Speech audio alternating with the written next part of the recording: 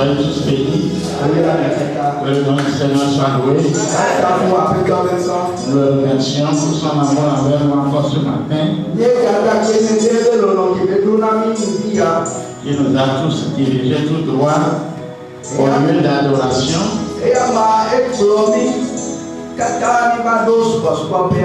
Alors, sans tarder, nous allons ouvrir la parole. Si nous pouvons prendre nombre.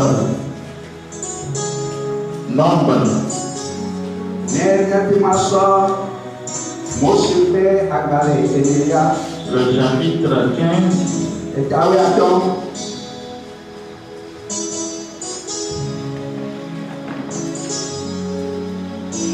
Le verset 27 à 28.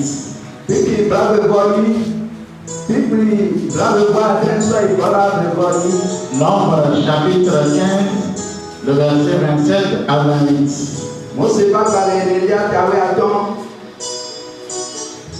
Si c'est une seule personne qui a péché involontairement, elle offrira une chèvre d'un an en sacrifice pour le péché.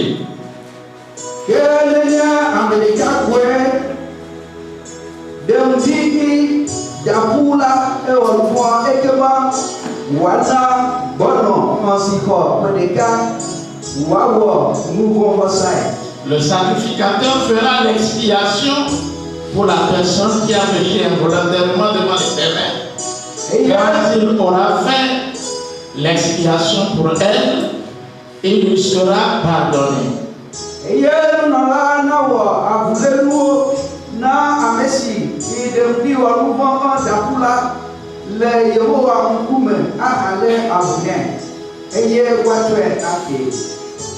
Nous allons maintenant lire dans Nombre toujours, chapitre 35.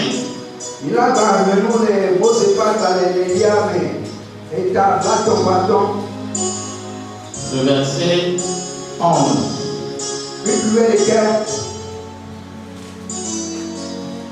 Donc, chapitre 35, le verset 11.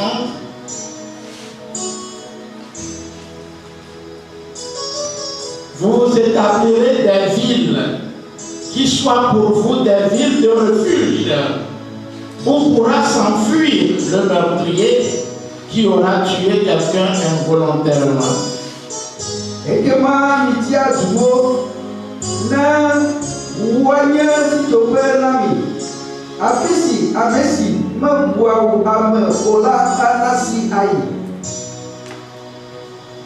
Ces villes vous serviront de refuge contre le vengeur du sang, afin que le meurtrier ne soit point mis à mort avant d'avoir comparu devant l'assemblée pour être jugé.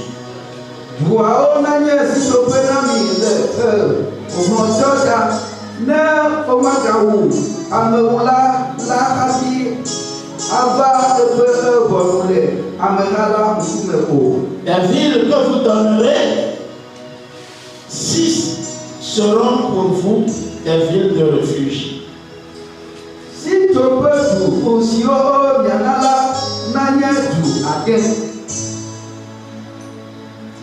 Vous donnerez 3 villes au-delà du Jourdain et vous donnerez 3 villes dans le pays de Canaan. Ce seront des villes de refuge.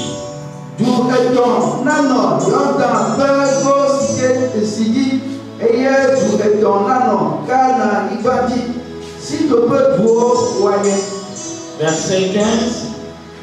Ces 6 villes serviront de refuge aux enfants d'Israël, à l'étranger et à celui qui demeure au milieu de vous.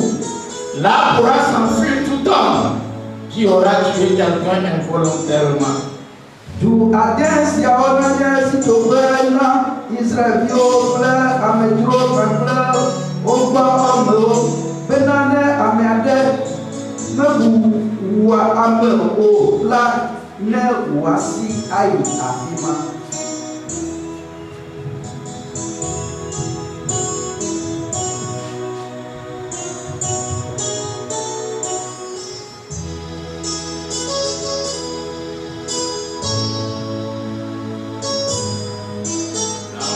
tête pour la prière.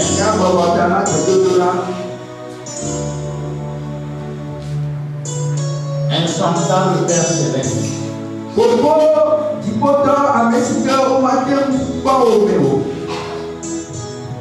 le promoteur du grand projet éternel de rédemption.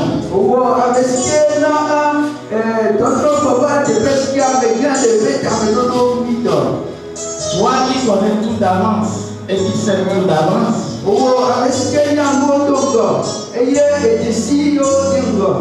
Toi qui as vu le péché de très loin et d'avance.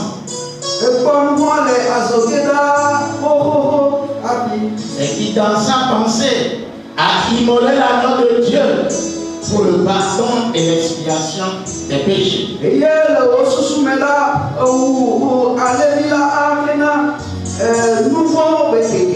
Toi notre force, toi notre refuge. Toi notre rocher, toi notre soutien. Miséricordieux sont tes yeux. Oh bien-aimé papa. Merci pour tout ce que tu as planifié. Pour le retour des fils prodigues à la maison du Père.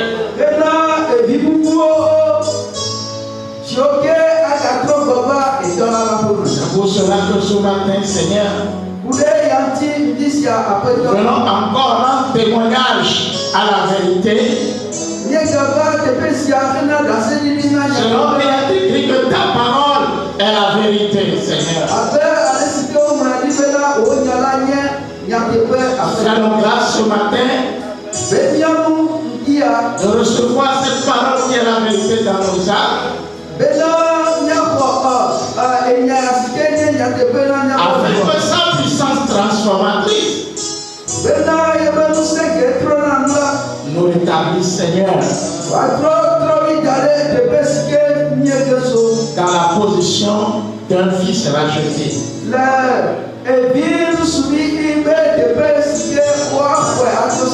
Et la présence de chacun d'entre nous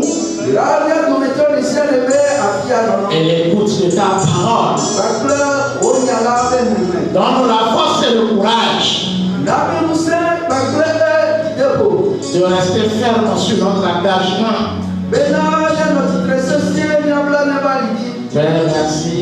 Bénis la lecture de ta parole et fais que tout se fasse pour ta gloire. Au moment où nous élevons la voix contre toutes les forces des ténèbres, au moment où nous crions, Seigneur, dans le puissant nom de Jésus-Christ, Seigneur, tout esprit pervers, tout esprit de rébellion, tout esprit de sorcellerie, tout esprit de sirène et toutes les puissances démoniaques de l'air, toutes les forces de défense de la politique, de l'idolâtrie et de la religion. Oh papa chéri, soulève-nous Seigneur au-dessus de tout cela. Garde-nous purs comme tu es pur. Comme Jésus l'a dit, en entendant ces paroles, vous êtes maintenant purs. Merci Seigneur de ce que tu fais. Dans le glorieux nom de Jésus-Christ. Amen. Pour s'asseoir, Dieu bénisse. J'espère que sa grâce nous a encore réunis dans sa maison. Et nous voulons lui témoigner cette reconnaissance.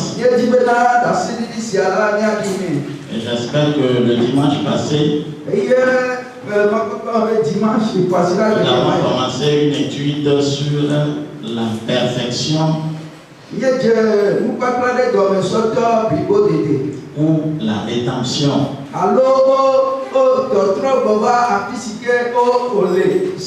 La perfection pour la rédemption. Et le vendredi, dans l'exhortation du soir, nous avons essayé de rester dans la même ligne. Et nous avons mis l'accent sur l'importance de l'amour. Puisqu'on avait déjà commencé par parler de cela dans le sermon de dimanche en parlant du calvinisme et de l'arménisme.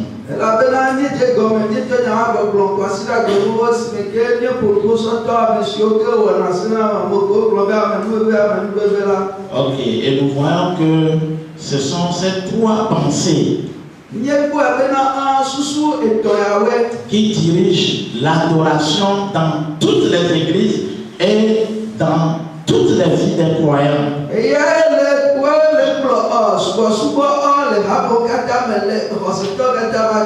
Ils sont comme de simples mots. Mais c'est ça qui fait l'objet de l'adoration dans toute vie humaine.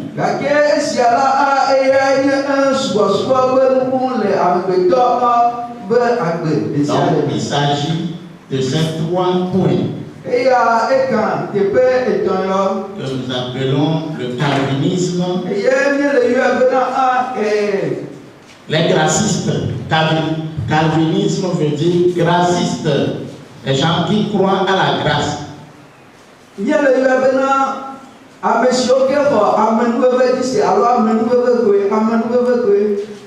Vous voyez? Pas parce que la grâce est une mauvaise chose. Et il y a les Arméniens. Vous voyez? Les Arméniens. Et eux, on les appelle encore les légalistes. Vous voyez? Donc, pas parce que le légalisme est une mauvaise chose. Et nous avons vu que Dieu s'était manifesté. Il a manifesté son plan dans l'Ancien Testament à travers, vous voyez, la loi de l'Arménien.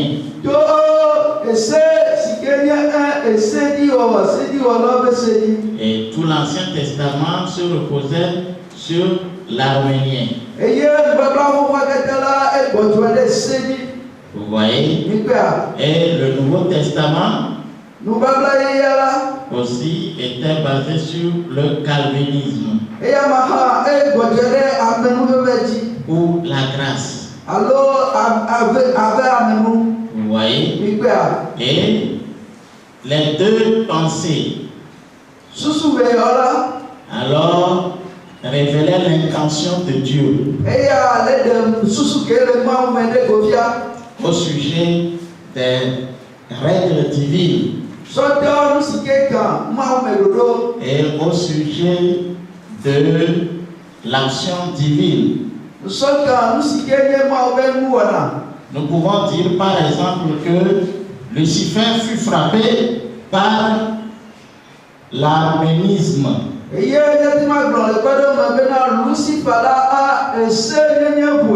Il a violé un commandement.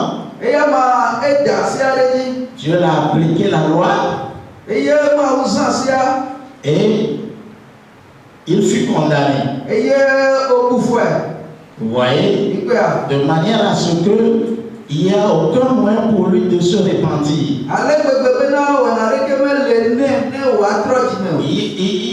Aucune possibilité ne lui a été donnée de venir demander pardon.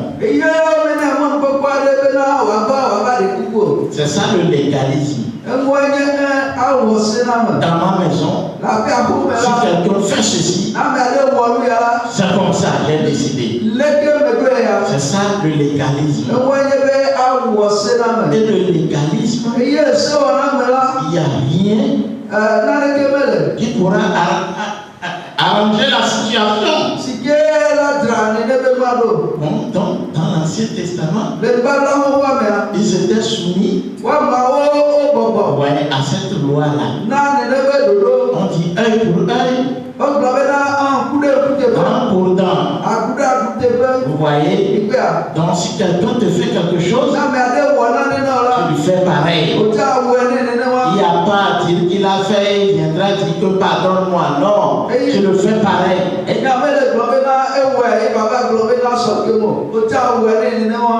Vous voyez, c'est ça le légalisme. Vous voyez? Et le légalisme là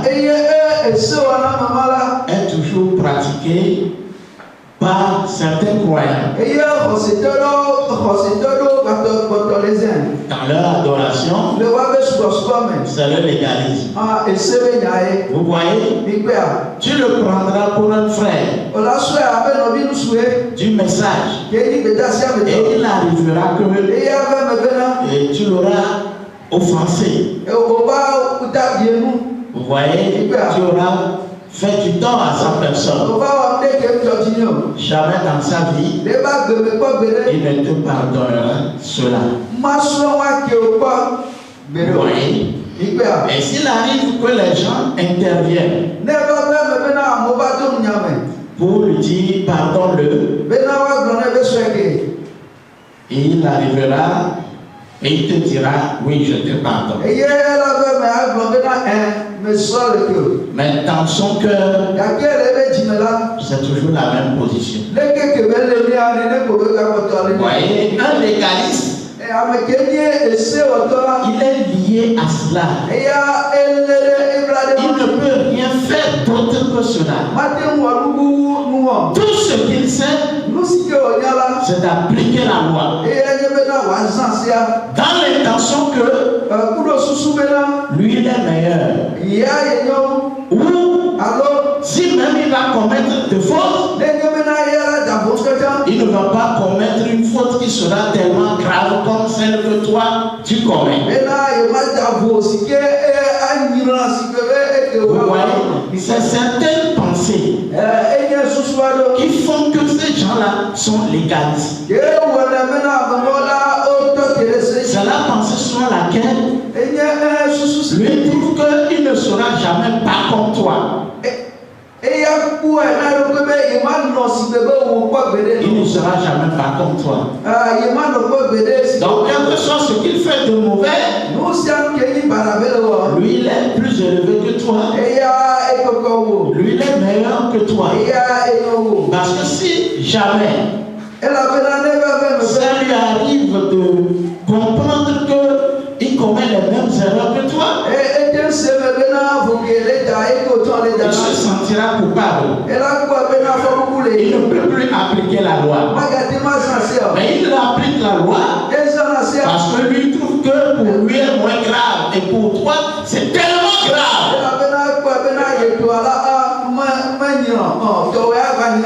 Vous voyez, c'est pourquoi bien sûr que ces choses sont des positions. Vous voyez, sont des comportements, sont des pratiques. Mais la raison pour laquelle ces choses-là sont des positions, des pratiques, c'est à cause de la mentalité qui est derrière la chose.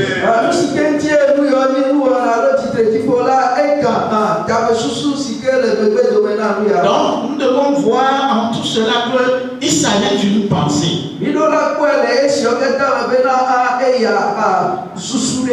Vous voyez, il s'agit d'une pensée. Vous voyez. C'est ça le légalisme. Et il est légaliste parce qu'il croit que c'est Dieu qui a ordonné qu'on soit légaliste. Vous voyez. Donc c'est pourquoi il est légaliste. Et il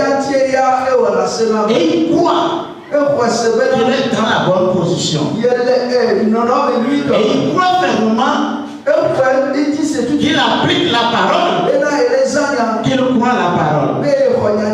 Donc comprenons bien.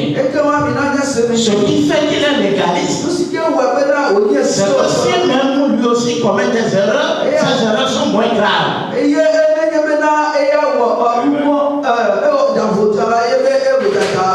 Donc pour toi là, ça ne mérite pas le pardon. Et de nature, tout être humain, avant de rencontrer Christ, est légaliste. C'est ça qui s'était passé dans la vie de David. Vous voyez, il est parti arracher la femme de son général. Et le prophète de Dieu a vu en vision ce qui s'est passé. Et Dieu lui a envoyé à David d'aller réprimander David. Et quand il est venu auprès de David, il lui a parlé en parabole. Il y a un homme dans son royaume qui a beaucoup de brebis. Et il y a encore un autre homme qui a une seule brebis. Et les brebis représentaient les femmes. David avait plusieurs femmes. Le général de David n'avait qu'une seule femme. Et l'homme là qui avait une seule femme, voilà l'homme qui a plusieurs femmes ou plusieurs brebis, est parti prendre la seule brebis de cet homme-là qui n'a qu'une seule brebis.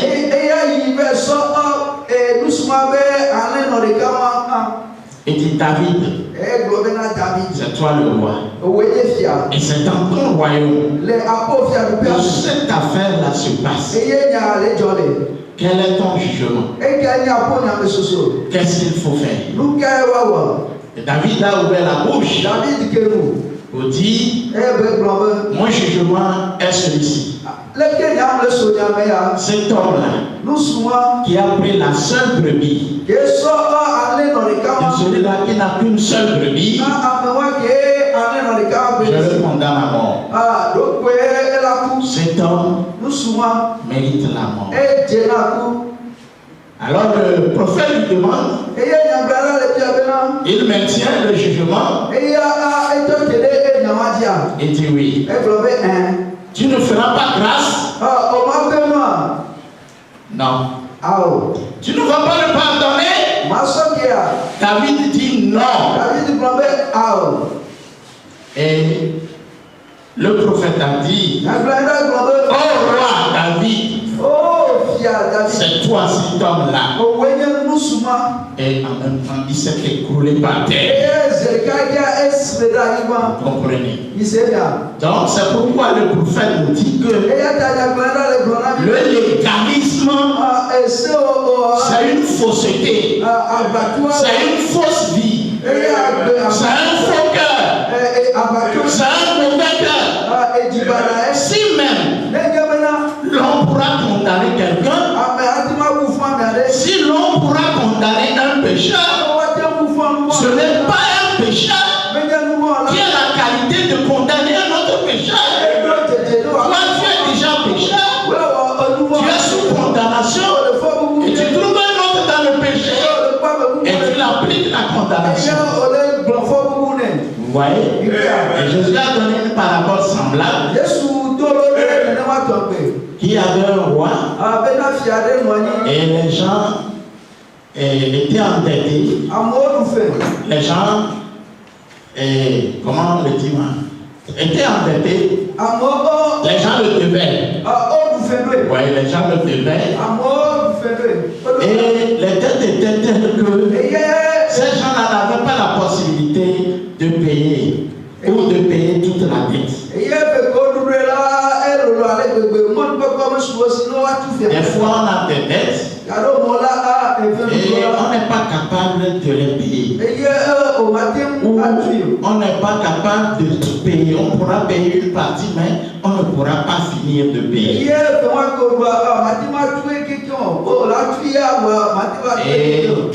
Et ils sont venus voir le roi. Et le roi les a remis leur tête. Et il les a dit, je vous libère. J'en ai une forte tête. Et maintenant, quand ils sont sortis, partant maintenant à la maison, l'un d'entre eux a retrouvé celui aussi qui le devait. Et il l'a attaqué. Et dit, toi, si jamais tu ne me paies pas mes trucs, je ne vais jamais te laisser. Tu n'auras jamais de repos. Et celui-là est en train de lui demander pardon. Il ne faisait qu'insister. Tu ne vas jamais le remettre les dettes là. Et alors qu'il tiraillait et discutait sur le chemin, il y avait quelqu'un qui était témoin. Vous voyez, du moment où le roi leur remettait leurs dettes, celui-là aussi revenait de là.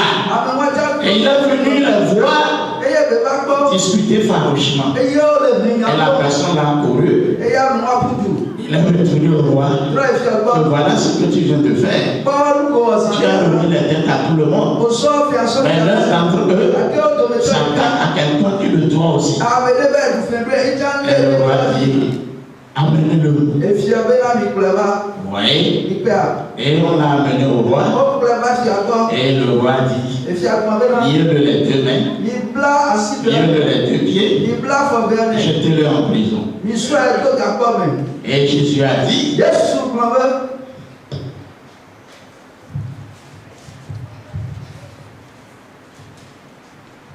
il en sera ainsi contre toute personne qui ne pardonnera pas son prochain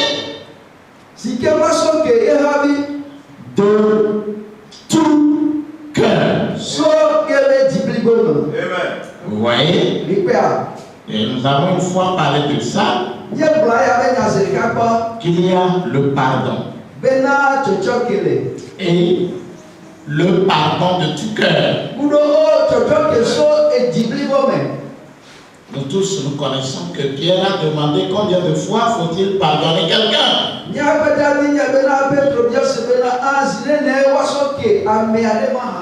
Les croyants du message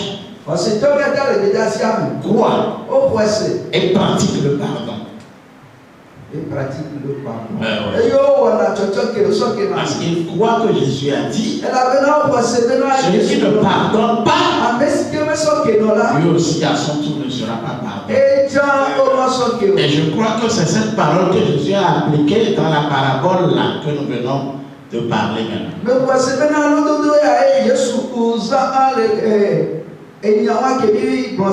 Seulement, tous ceux qui croient au pardon et pratiquent le pardon ne sont pas tous qui croient au pardon de tout cœur et qui pratiquent le pardon de tout cœur.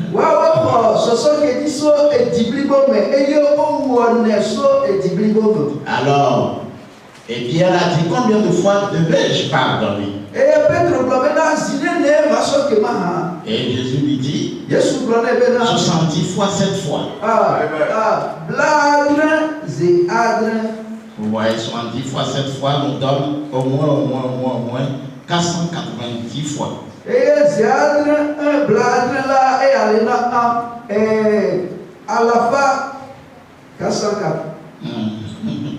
Avant de s'énerver contre quelqu'un, vous voyez qu'il répète ce pourquoi le pardon, il faut le pardonner au minimum 490 fois.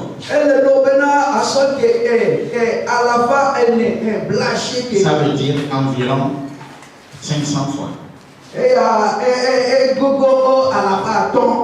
Vous allez voir des croyants, tu lui as fait un tort, il ne te dit rien. Parce qu'il t'a pardonné. Une autre fois, il te dit je te pardonne.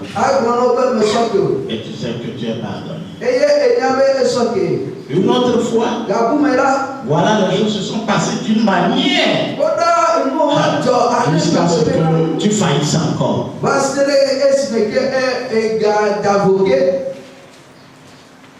Et maintenant, toi-même, selon toi, tu veux que ça soit comment?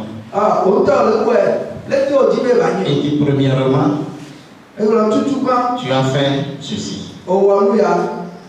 Voyez, ça veut dire qu'il ne t'avait pas pardonné de tout cœur. Il se rappelle, il garde ça sous forme de rancune, c'est-à-dire sous réserve.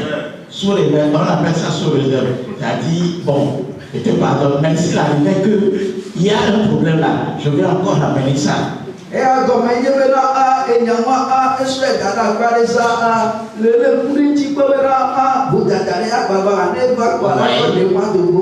Donc, le fait de ne pas pardonner de tout cœur, c'est au moment où tu rappelles l'autre chose qui s'était arrivée.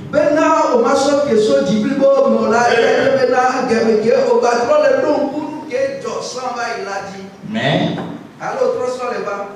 si l'on est franc, tout le monde sait que il n'est pas en mesure de vivre sans erreur. Ça, tout chrétien sait que, quelle que soit la pratique de sa sainteté, il est incapable de vivre sans erreur.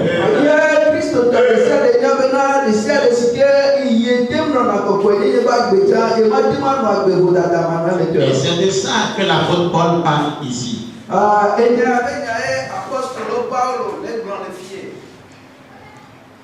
Nous allons lire cela. Nous allons prendre 1 Corinthiens 7. Si vraiment c'est là-bas, on va contrôler. 1 Corinthiens chapitre 7.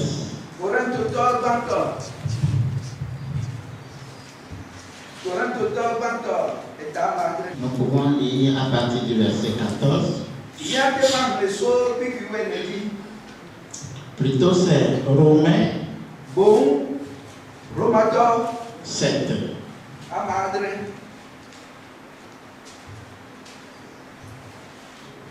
À partir du verset 14. Soyons très attentifs. Nous savons en effet que la loi est spirituelle, mais moi, je suis charnel, vendu au péché.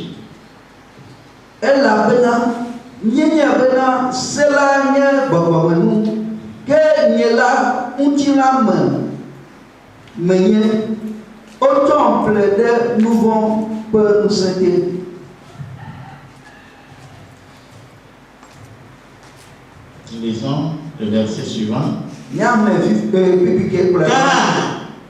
je ne sais pas ce que je fais. Je ne fais point ce que je veux. Et je fais ce que je hais.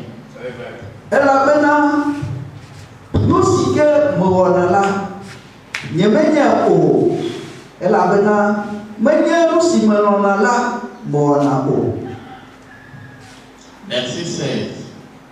Or, si je fais ce que je ne veux pas, je reconnais par là que la loi est bonne.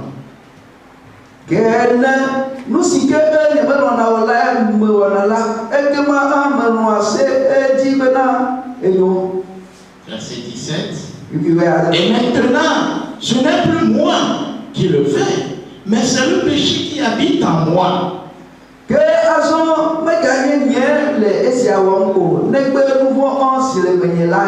Verset 18. Ce qui est bon, je le sais. Il le répète, il l'avait dit déjà, mais il le répète. Ce qui est bon, je le sais, n'habite pas en moi.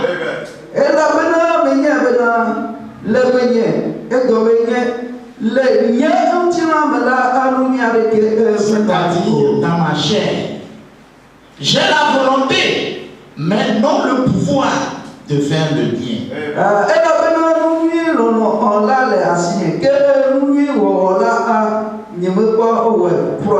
Ouais, le croyant n'a pas le pouvoir de faire le bien.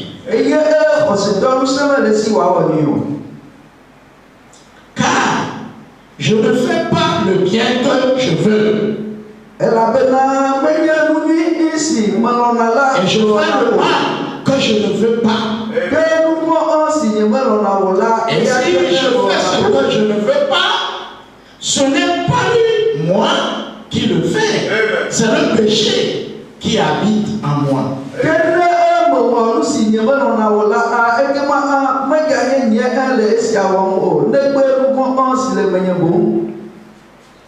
Je trouve donc en moi cette loi. Quand je veux faire le bien, le mal est attaché à moi. Et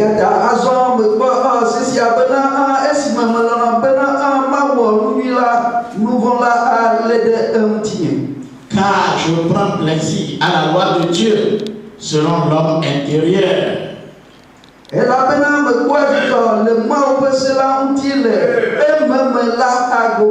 Mais je vois dans mes membres une autre loi qui lutte contre la loi de mon entendement et qui me rend captif de la loi du péché qui est dans mes membres.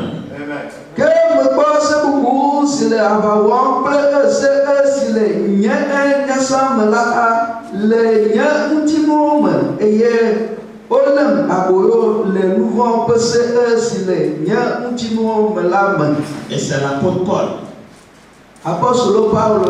le célèbre apôtre,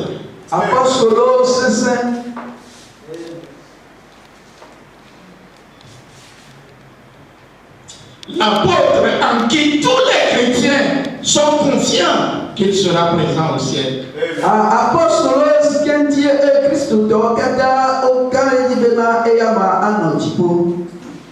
Mais il dit au verset 24, misérable que je suis, qui me délivrera du corps de cette mort? Oh,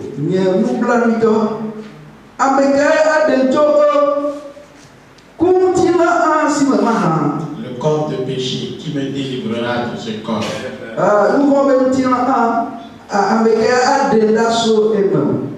Car je suis misérable.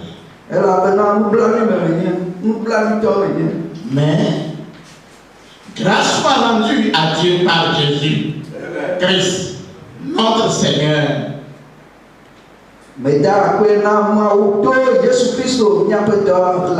Ainsi donc, moi-même, je ne suis pas entendement, esclave de la loi de Dieu. Et je suis par la chair, esclave de la loi du péché.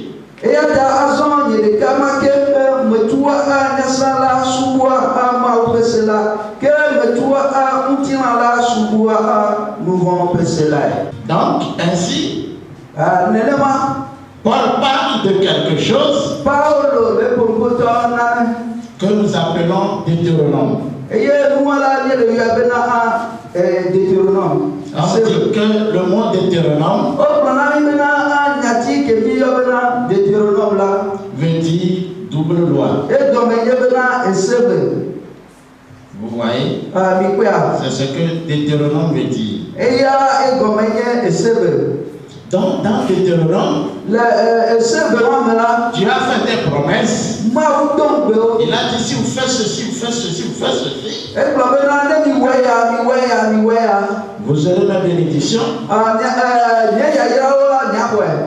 vous aurez la vie, vous serez dans la bonne santé. Et dans la même loi, il a dit que si c'est autrement, des maladies comme l'ulcère, l'hémorroïde et autres vous frapperont, etc., etc. Donc dans Deutéronome, il est question des deux lois. Et ici l'apôtre Paul parle de Deutéronome.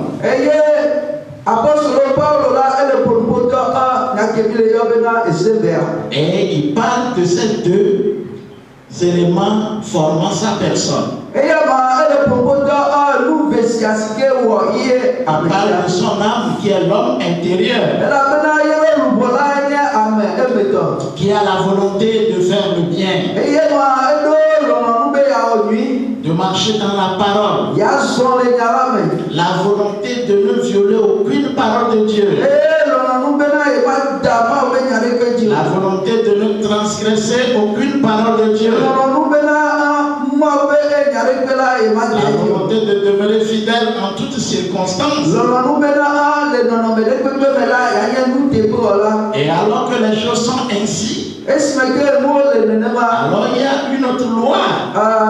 Et il appelle la loi de la chair, qui est la loi du péché. Et d'après cette loi, il a été vendu au péché. Par qui? Vous voyez pas le péché? Adam et Ève, tous les enfants d'Adam et Ève sont vendus au péché. Et dès lors, ils sont devenus esclaves de péché. Ils peuvent faire des efforts. Ils peuvent lutter contre le péché. Ils parviendront peut-être à dominer la plupart. Mais certains de ces péchés les combattront de telle sorte que ils puissent les garder sous leur influence. Et le fait même d'être là comme ça, d'être enfermé dans une chambre, on peut avoir envie de faire quelque chose qui n'est pas correct. On peut avoir une mauvaise pensée. Je ne sais pas pourquoi je puisse avoir cette pensée. Donc, et à tout moment, la chair là qui est esclave du péché est en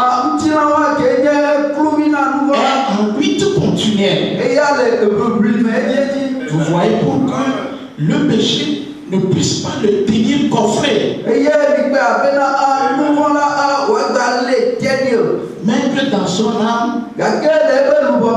il n'a pas envie de pécher. Son envie, c'est de toujours demeurer dans la présence du Seigneur. Être dans la parfaite obéissance de la parole de Dieu. Alors que c'est ça la situation qu'il vit au quotidien et qui fait qu'il se sent misérable. Mais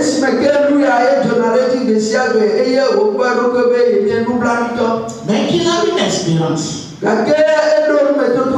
que Jésus a triomphé et fera la part des choses. Vous voyez?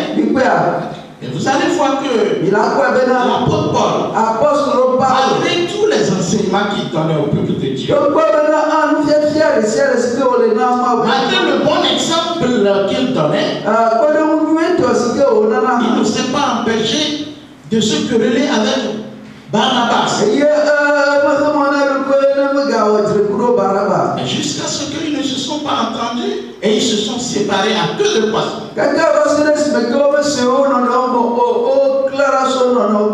Vous voyez? Donc c'est pour dire que c'est une chose regrettable qu'il a faite. Et il sait que ça, ce n'est pas un bon témoignage à être inscrit dans l'évangile.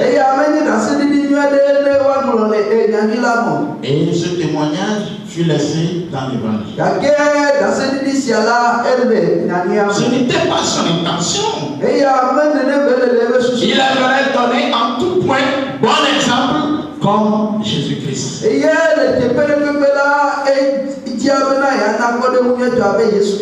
Mais il a malgré tout failli.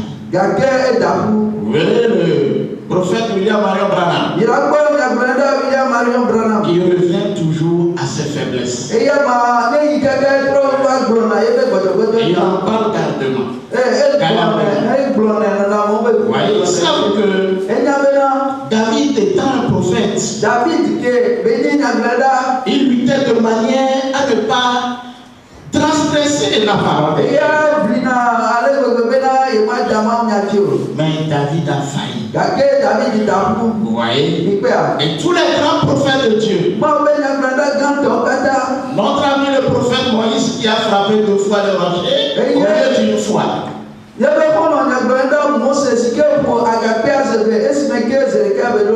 Donc à chaque fois, il se trouve dans une situation où ils comprennent qu'ils sont vendus au péché et qu'ils demeurent esclaves au péché. Et quand bien même qu'ils croient être délivrés et qu'ils ont un nouveau patron à la personne du Seigneur Jésus, la parole de Dieu dit que la délivrance qu'ils ont reçue ou que nous avons reçue n'est qu'une garantie de la délivrance totale. Nous l'avons lu la fois dernière quand le prophète disait ici, dans l'exposé, page 284,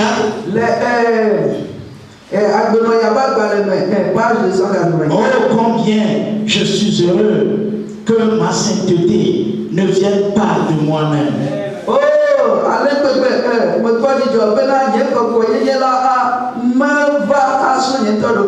Je suis heureux d'être en Christ. Vous voyez ce Christ que certains ne veulent plus nommer. Mais le prophète est heureux d'être en Jésus-Christ. Et la parole de Dieu dit que tous ceux qui sont en Jésus-Christ, il n'y a plus de condamnation. Pourquoi nous devons faire attention à nos doctrines? On va prendre le bic rouge pour tracer sur l'écriture éternelle.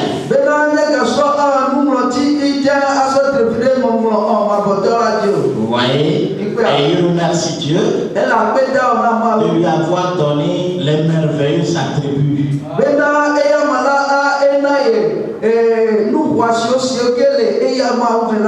Les attributs de Dieu. Dieu nous a donné ces attributs. Et les attributs de Dieu, c'est une partie de Dieu. C'est une partie de Dieu. Vous voyez? Qui fait que Dieu manifeste une nature. Vous voyez? Et par là, il manifeste une fonction. Car on dit que attribut, c'est une partie de quelqu'un. Vous voyez? Une partie de sa vie. Vous voyez? Une partie de sa vie. Par exemple, le Seigneur Jésus,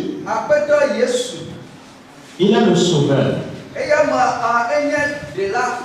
Vous voyez? Le sauveur des âmes. La Bible ne nous dit pas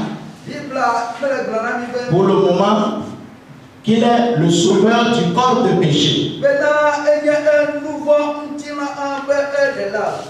La Bible dit il est le pécheur, il est le sauveur des âmes. Et il a recommandé aux apôtres de devenir des pécheurs d'âmes.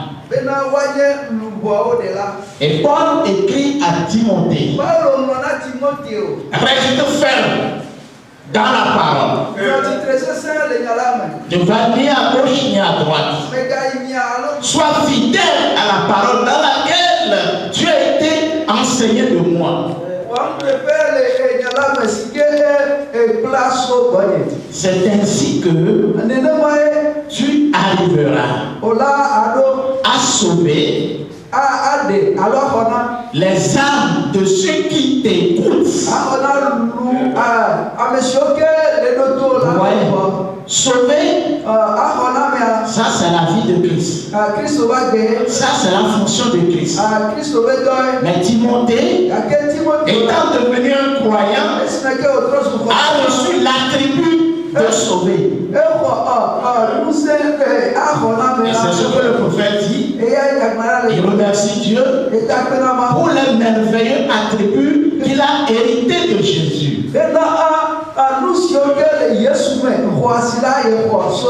Vous voyez, aujourd'hui, nous pouvons être sauveurs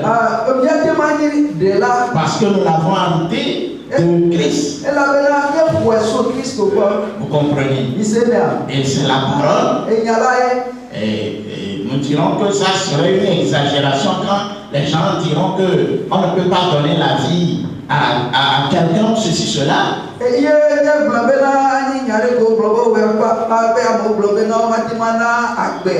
Donc je crois que c'est un crime de dire que Jésus n'a jamais donné la vie.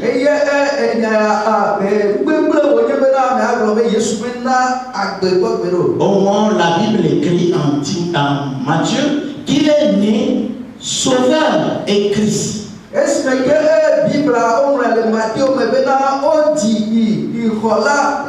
Depuis sa naissance, il est sauveur.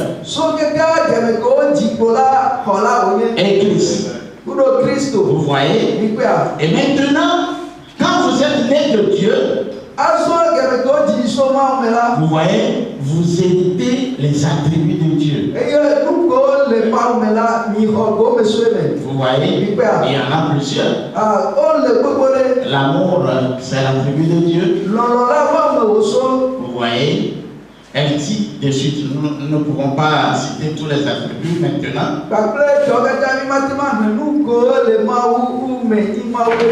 Et le prophète a loué Dieu pour avoir hérité de merveilleux attributs de Christ.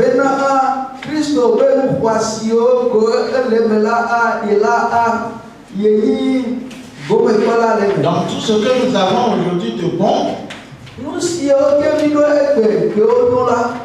et nous l'avons hérité de Christ. Vous comprenez? Donc ça fait que ce que nous avons hérité, ce que nous avons en nous, témoigne même que Christ est tout pour nous. C'est pourquoi Paul dit, Christ est ma vie. Et si je vis, vous voyez, c'est pour lui que je vis. Et c'est par lui que je vis. Parce que tout ce qu'il est devenu, tous ses attributs viennent de Christ. Vous voyez, qui peut se séparer de Jésus-Christ? Qui peut se séparer de Jésus-Christ? Vous voyez, et dire que non, c'est le prophète qui est tout pour lui. C'est pas possible. Vous voyez, il faut qu'il soit un catholique. Vous voyez, même pas un croyant qui a été enseigné. Vous voyez, par la Bible. Vous voyez, c'est pourquoi le prophète dit, n'avalez pas tout. Parce que vous êtes des aigles. Un aigle n'avale pas tout. N'avalez pas tout. Parce que vous êtes des aigles. Vous voyez, il a été dit au prophète que le jour que tu oublieras ou que tu douteras que tu es prophète, reviens à cette montagne pour voir les 7 pics là. Vous voyez que cela parle de toi. C'est ton témoignage qui est là-bas. C'est ton nom qui est là-bas. voyez? Et l'évangile est écrit de manière à ce que certaines choses nous soient rappelées. Et c'est Pierre qui le disait souvent, qui leur écrit pour leur rappeler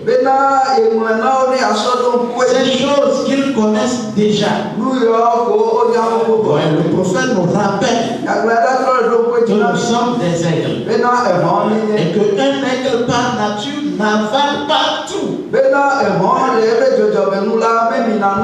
quand tu entends cette parole, ça te réchauffe, ça te donne l'énergie, et ça fait que la loi du péché qui est dans ton corps,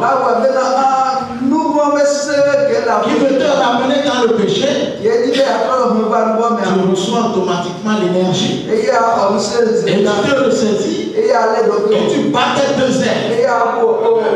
Selon les prophètes, les deux ailes, c'est l'Ancien Testament et le Nouveau Testament. Donc, et le Nouveau Testament est enseigné à la lumière de l'Ancien Testament. Et il dit le troisième testament que nous croyons qui est le message, c'est toujours à la lumière de l'Ancien Testament et du Nouveau Testament. Donc on ne dira quoi que ce soit qui ne seront pas confirmés par les deux témoins. Car la parole de Dieu dit que toute chose doit être approuvée par la déclaration de deux témoins. Pour montrer que ce que tu dis est la vérité. Quand tu fais sortir une citation, pour montrer que c'est la vérité, on devrait trouver dans l'Ancien Testament et dans le Nouveau Testament des écrits qui sont en accord avec ce que tu es en train de dire. Vous voyez? Donc c'est ainsi que nous avons été éduqués. Et qu'on nous dit que l'Ancien Testament et le Nouveau Testament sont ce que nous appelons l'Urim et Tumim. Le moyen par lequel on peut vérifier si ce qui se dit est vrai. Parce qu'on dit que l'Urim et Tumim, c'était 12 pierres qui étaient sur la poitrine d'Aaron. Et si quelqu'un dit qu'il a une révélation de la part de Dieu, on lui dit, va dire ça devant Aaron. Et si tu vas dire ça devant Aaron, si ça vient de Dieu, que la colonne de feu va passer, vous voyez, à travers les 12 pierres, en un clin d'œil.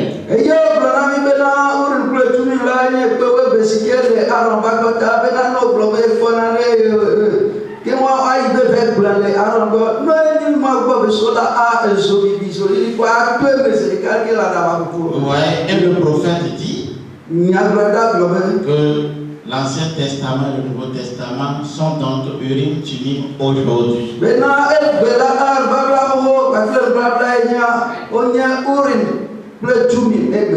Et l'Ancien Testament et le Nouveau Testament confirment pour avoir la vie éternelle, il faut avoir le Fils. Que celui qui a le Fils a aussi le Père. On ne peut pas rendre témoignage à la vie éternelle et écarter le Fils Jésus. Celui qui n'a pas le Fils n'a non plus le Père. Vous voyez? Donc nous devons, vous voyez, des témoins. On n'est pas seulement des témoins, on est aussi, comme on le dit, des gardiens du trône. Des gens qui gardent la parole. De manière à ce que cette parole ne soit pas mal présentée.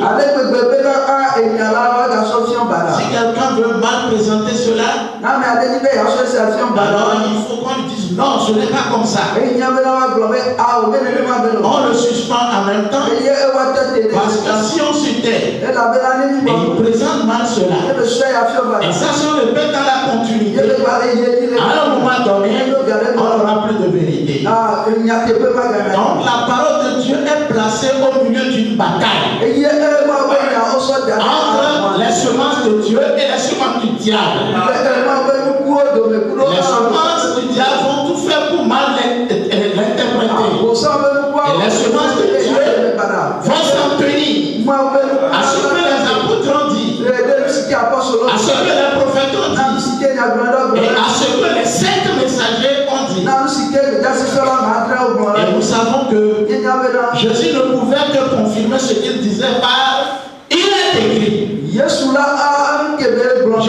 obligé de citer les autres prophètes pour montrer que ce qu'il dit, c'est exactement ça. Et nous avons été enseignés qu'il faut citer les apôtres. L'église de Dieu est bâtie sur l'enseignement des prophètes et des apôtres. Et que Jésus-Christ n'est que la pierre angulaire. Donc vous devez recourir toujours à cette chose. Vous devez recourir à ce que les autres messagers ont dit. C'est une guerre continuelle. C'est une bataille continuelle. Votre témoignage doit conserver la bonne interprétation. Maintenant, nous voyons que le légalisme était en Dieu. Le calvinisme était en Dieu. Mais pourquoi aujourd'hui le légalisme est une fausseté?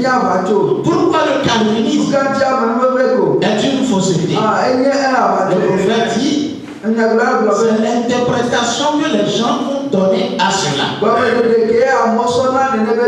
Et qui s'est répété par habitude. Et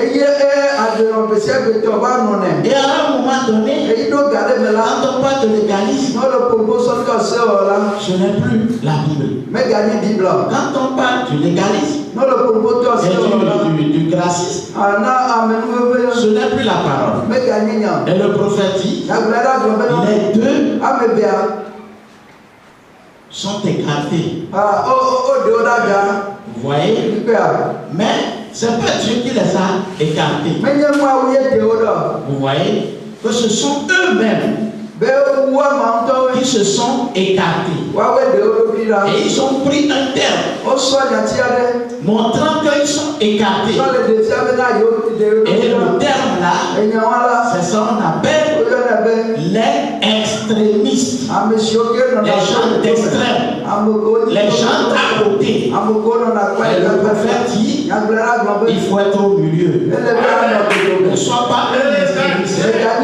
Ne sois pas un grassiste. Ne sois pas un légaliste. Et nous pouvons confirmer que les adorateurs de Branham, c'est des grassistes. C'est des gens qui croient que Branham exerce le ministère de la dispensation du Saint-Esprit. Il suffit de croire Branham, tu as le Saint-Esprit.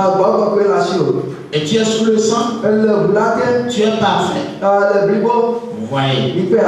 Mais l'enseignement là ne vient pas de cet homme. Vous voyez, nous avons vu la foi dernière. Tu peux accepter la parole. Mais ça fait de toi seulement un sauvé. Un sauvé ne veut pas dire que tu as la vie. Ça ne veut non plus dire que tu as le Saint-Esprit. Ce n'est qu'après que le Saint-Esprit viendra, à partir de la manière dont tu exprimes ton ardent désir d'être sauvé, ta volonté. Ce n'est pas le sceau de Dieu.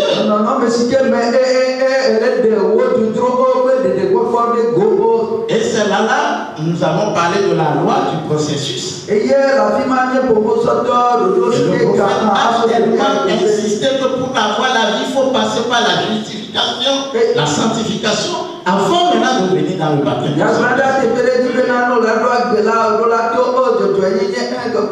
Et c'est alors que tu prendras la direction pour l'adoption. Vous voyez, pour l'adoption. Vous voyez la maturité que nous appelons encore le chef-d'œuvre. Vous voyez? Mais ce que nous voulons comprendre, c'est que nous devenons parfaits. Nous devenons saints. Pas par notre adoration. Pas par nos œuvres. Parce qu'il est dit que l'œuvre de Jésus est parfaite. Parfaite veut dire que tout suffisant. Donc ce n'est pas ce que toi tu vas faire qui va faire de telle sorte que Dieu soit obligé de te sauver. Non, ce n'est pas à cause de ce que tu as fait. Il est dit que c'est sur la simple qualité de la foi, l'acceptation de ce que Jésus a fait, c'est cette acceptation qui fait que Dieu t'impute le mot imputé. C'est là où il est dit heureux celui en qui Dieu n'impute pas ses péchés.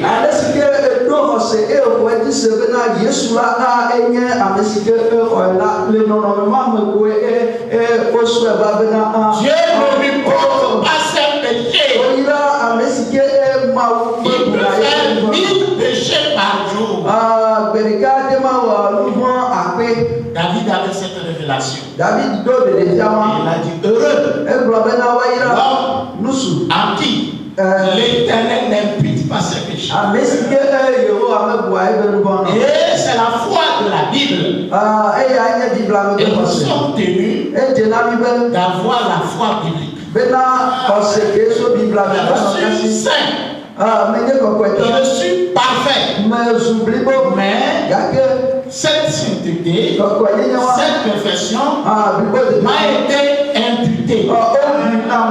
Vous voyez, on m'a considéré ça. Pas que je l'ai fait. Toujours, nous avons cette pensée. Nous avons toujours cette attitude.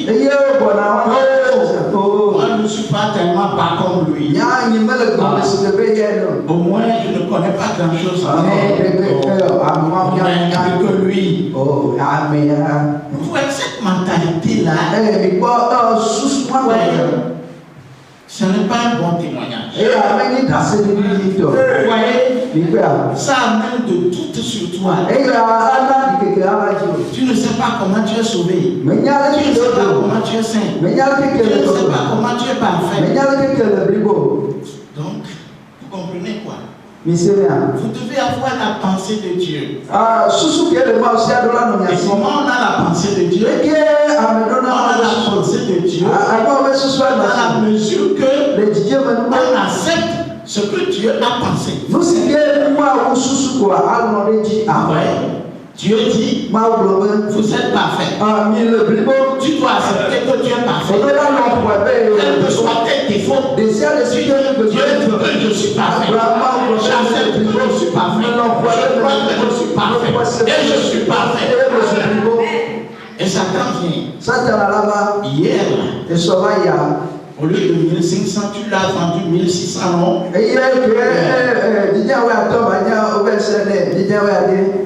Alors, quoi le problème? Tu ne connais pas l'histoire de Jacob qui fraudait son beau-père. Après cela, la grâce était là.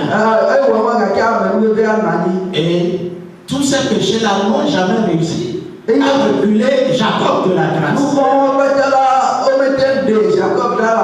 C'est ça, Satan. Viens. Toi, tu n'as aucune chance.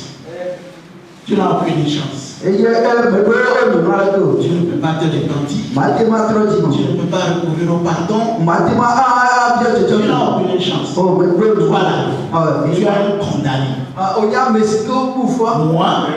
je suis un sauvé. Je suis un racheté. Paul, Job a prêché à Satan. Et lui, moi, je suis venu dans ce monde. Je ne m'appuie pas sur ce que Dieu m'a fait donner. Je ne peux pas sur ma richesse pour servir Dieu. Je peux tout perdre. Dieu reste ce qu'il est pour moi. Donc Satan, vu que vraiment il connaît la parole. C'est pas Jésus seulement qui connaît la parole. Job aussi connaît la parole. Et tous les parfaits connaissent la parole. Et vous devez connaître la parole, car vous connaîtrez la vérité. Et c'est la preuve que vous êtes affranchis. Vous voyez, c'est ça la perfection. Nous y reviendrons la semaine prochaine pour parler de la ville de refuge. Civile que Moïse les avait demandé de sélectionner. Et s'il arrivait que tu fais un péché et que selon la loi, on doit te condamner, donc il faut fuir. Va rester dans cette vie. Maintenant, si celui contre qui tu as fait le mal, aussi c'est parce que tu as tué quelqu'un, vous êtes en train de vous quereller, et par égard, la personne meurt, alors la famille de celui-là qui est mort, ils vont apprendre que tu es en ville ici. Alors on te cherche. Les soldats te cherchent pour te prendre, pour te présenter auprès du juge. Parce que quels que soient les cas, le juge doit prononcer le jugement avant qu'on ne te tue aussi. Parce que œil pour œil, dent pour dent. C'est là tué, il faut qu'on le tue. Mais on ne peut pas t'appliquer ça si le juge n'a pas prononcé le jugement. Le juge dira en vertu de la parole, il dit ceci. Cet homme-là, prenez-le, condamnez-le à mort. C'est alors qu'on va te tuer. Mais avant qu'on t'amène au juge, il faut que les soldats aillent t'arrêter. Et pour que les soldats aillent t'arrêter, il faut qu'on chuchote aux soldats que tu es dans tel coin là. Maintenant, les soldats iront te chercher. Mais s'il arrivait que le coin dans lequel tu te trouvais se trouvait dans l'une des villes de refuge, il ne peut pas venir te chercher. Comprenez? Tu es sous amnistie. C'est-à-dire, tu étais sous condamnation, mais maintenant, par la grâce, vous comprenez? C'est la ville d'amnistie. Vous voyez, il y a les sectes. Et le prophète nous dit, les choses qui sont six ne sont pas parfaites. Et pourquoi ils n'ont pas choisi cette ville? Ils ont choisi ces villes. Parce que la septième ville, c'est le Seigneur Jésus-Christ. Il n'y a pas question de dire que l'homme là ne donne pas la vie ou le salut. L'homme de Jésus. La Bible nous dit que la dame à qui Jésus a parlé, Jésus lui dit, va m'appeler ton mari. Que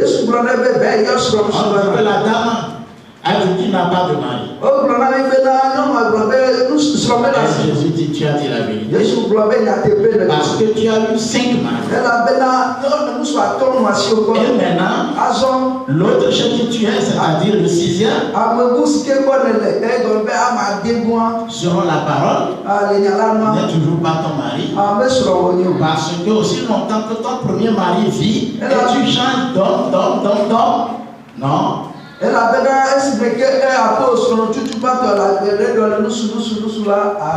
le message dit que c'est parce qu'elle est venue auprès de la 7e ville qui est la ville de refuge, la personne de Jésus.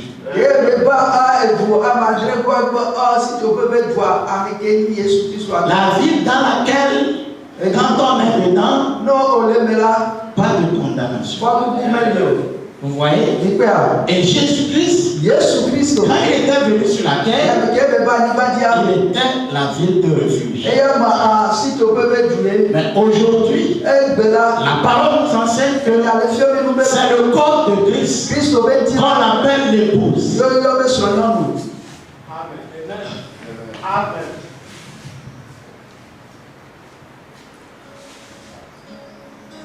Pour ne pas être condamné, il suffit d'être dans le corps de Christ. Il suffit d'être membre du corps de Christ. On appelle un corps d'épouse. C'est-à-dire des êtres en qui Christ est incarné. Et la Bible dit que dans la parole, le nom de l'épouse de Christ, c'est la nouvelle Jérusalem. La nouvelle Jérusalem est la ville de refuge. Et le prophète dit, il y aura l'enlèvement. Mais avant l'enlèvement, ceux qui seront enlevés vont se rassembler en un seul lieu. On lui a dit où? Dit dans l'épouse. Vous devez former l'épouse. C'est pourquoi le prophète Joseph encourage, vous voyez, la communion. Et il les aide sur la salle. Nous en avons parlé le vendredi. Qu'on a perdu tant de choses après le péché. Mais la plus grande chose que nous avons perdue, c'est la communion avec Dieu. Vous voyez, la communion avec Dieu. Vous devez revenir à la communion. Mais il y a des doctrines qui luttent contre la communion. Vous voyez? Et là, nous devons faire attention. Et nous devons demeurer dans la communion. D'abord, avec Christ Jésus, le Saint-Esprit. Ensuite, avec tous ceux qui sont dans le même esprit. Pas dans la même doctrine, mais dans le même esprit. C'est pourquoi le prophète dit que les doctrines ne sauvent pas. Ne vous faites pas de la peine pour les doctrines. Il faut avoir l'esprit de Christ. On appelle l'amour divin. C'est la seule base du salut. Donc, sur ce point, nous devons être positionnés. Vous voyez? Donc, on a parlé de beaucoup de choses. On y reviendra. Vous voyez, on a touché le légalisme et le gracisme. On dit que lui, il dit que lui c'est depuis. Il est prédestiné à la vie. Il n'y a rien au monde qui peut l'éloigner de cela. C'est bon. Dis ce que tu crois. Il t'en sera selon ce que tu crois. Mais ceux qui croient de la bonne manière, ils ont leur trajectoire.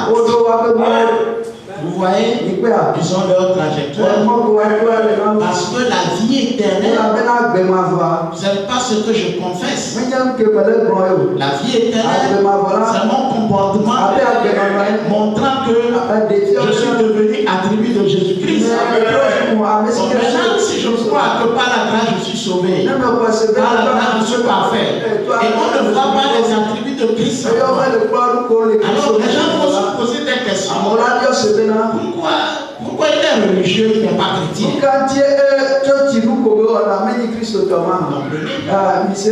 Donc, le légalisme et le calvinisme, c'est la religion. Or, la voix de Dieu dit, voyez, sortez Midogo, Vous voyez, sortez. Midogo. Ne participez pas à leur souillure. Vous êtes des aigles. Sortez du milieu d'eux. Vous voyez, les gens diront que non, il s'agit des dénominations, c'est très beau. Mais non, il s'agit du calvinisme. C'est ça qu'il faut sortir. Parce que le prophète dit, sortez des extrêmes. Venez au milieu. Car la vie se trouve au milieu. Il dit que le chemin là, c'est un petit chemin entre la route spacieuse. C'est ça qu'on appelle la révélation. Mais les gens vont continuer par dire seulement des dénominations. Sortez des dénominations. C'est quoi finalement? Il faut comprendre que la dénomination, c'est une pensée. C'est un esprit. C'est une attitude. C'est ça qui est dénomination. Et maintenant, Dieu aussi, c'est une pensée. C'est une attitude. C'est un comportement. Et on peut reconnaître Dieu. Et on peut reconnaître Dieu dans l'attribut de Dieu. Vous voyez? Donc c'est comme ça que nous devons prendre la chose. Nous devons tout faire pour être fidèlement bien enseignés. Et là, nous serons des privilégiés. Selon que Jésus a dit, vous serez mes témoins. C'est un privilège d'être témoin, de rendre témoignage à la vraie révélation, à la vérité, d'amener les gens à la vérité, en connaissant la vérité, ils seront affranchis. Et quiconque t'écoutera sauvera son âme. Que le Seigneur bénisse.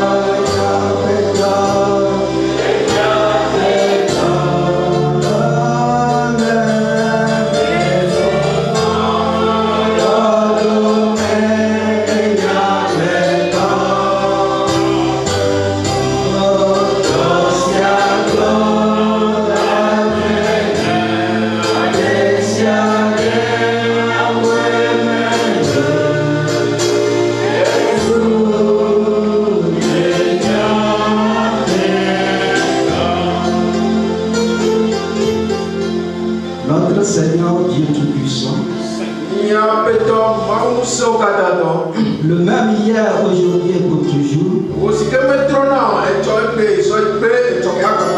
Nous louons ton nom et nous bénissons ton nom. Nous avons vu ta grandeur au milieu de nous. Selon la voix du Saint-Esprit. Oh Père très saint. Cela réjouit nos cœurs. Nous désirons toujours être selon toi. Comme tu nous le dis à travers ta parole. Que cela soit ainsi pour chacun de nous. Notre Seigneur Jésus-Christ. Tout le monde nous voit. Nous te voit à travers oh Seigneur Dieu Tout-Puissant. Bénis ton serviteur. Car nous voulons davantage ta parole. Nous ne voulons rien ajouter. Et nous ne voulons rien retrancher. Tel que toi tu nous l'as parlé. Que cela soit ainsi dans nos cœurs.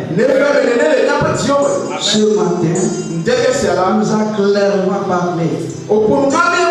Tu nous as montré le calvinisme. Tu nous as montré l'avénisme. Et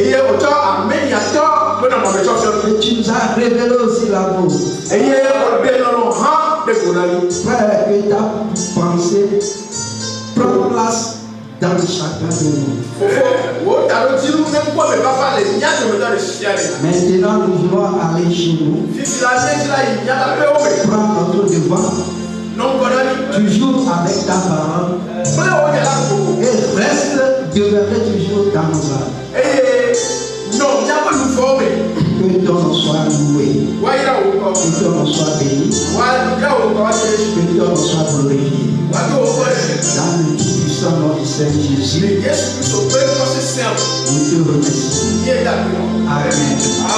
Que le Seigneur